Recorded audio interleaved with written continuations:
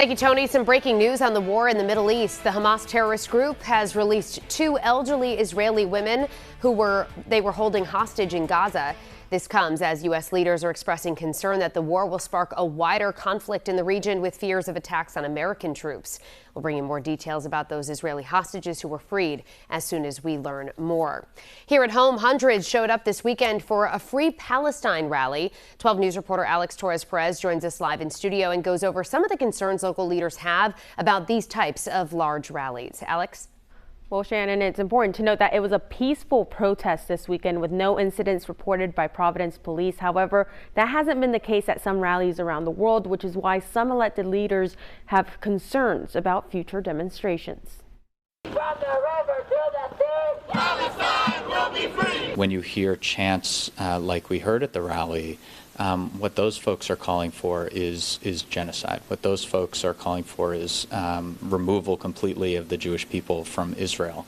And that's what Hamas is calling for as well. Some Jewish leaders are concerned about what they're seeing out in the streets.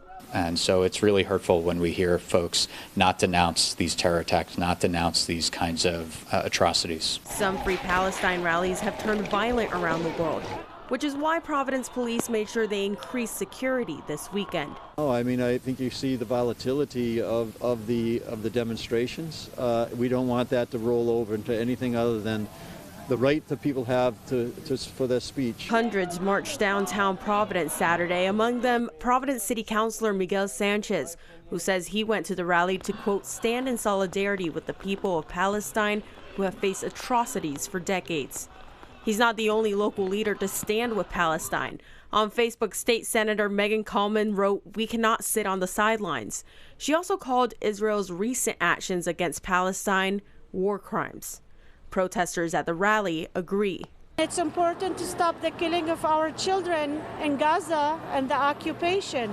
This is our land, and they cut water and electricity and food supplies, and they're bombing them in their buildings. However, some Jewish leaders say Israel's focus is rooting out terror. We also, as a community, mourn the loss of innocent Palestinian lives. We know that the only path to peace for everybody is to root out Hamas and to get them out of Gaza. At this time, it's unclear when the next Free Palestine rally will be held, but there will be a Together for Israel rally this Wednesday at the Toro Synagogue. Reporting live in studio, Alex Torres-Perez, 12 News. Demonstrations continue across the country calling for a ceasefire, including one at Boston University just this morning. This follows a large protest in Providence over the weekend. 12 News reporter Alex Torres-Perez joins us now with reaction. Alex. Well, Kim, it was a peaceful protest this weekend in downtown Providence as hundreds showed up in support of Palestine. From the river to the sea, Palestine will be free. Despite the rain, hundreds marched the streets of downtown Providence Saturday in support of Palestine. The opposite standpoint from most of our elected leaders.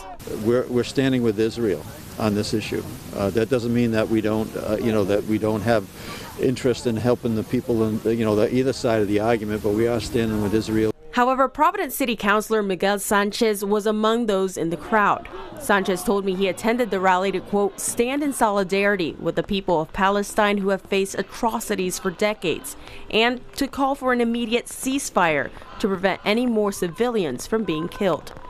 For the Kadura family, seeing the lack of aid and continued airstrikes hits close to home as they still have loved ones in the Gaza Strip. They keep moving from houses to houses, place to place, looking for safety.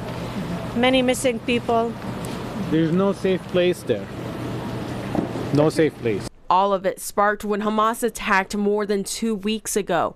When asked at the rally if they condemned those actions. No, Why not? Why? Because they are defending their land, their people. Those at the protest had different views about Hamas's actions. You got to condemn Hamas. You got to condemn the bombing of innocent people, of children. I do not condemn them at all. No, nobody should kill anybody. No innocent people should die. This shouldn't happen. Local Jewish leaders say their community is still mourning, and seeing people not condemn the deadly attack only makes it hurt more. We can hold deep sympathy for the Palestinian people, for what they're going through, for what Hamas has been putting them through for over a decade. And we can mourn the loss of life in our community. And we wish that everybody would be able to just find the humanity in this and to say that all innocent human life is valuable. And Providence City Councilor Miguel Sanchez told me that he condemns the killings of any innocent civilians and further condemns any hate crimes committed against the Jewish and Palestinian communities here in Providence. Reporting live in studio, Alex Torres Perez, 12 News.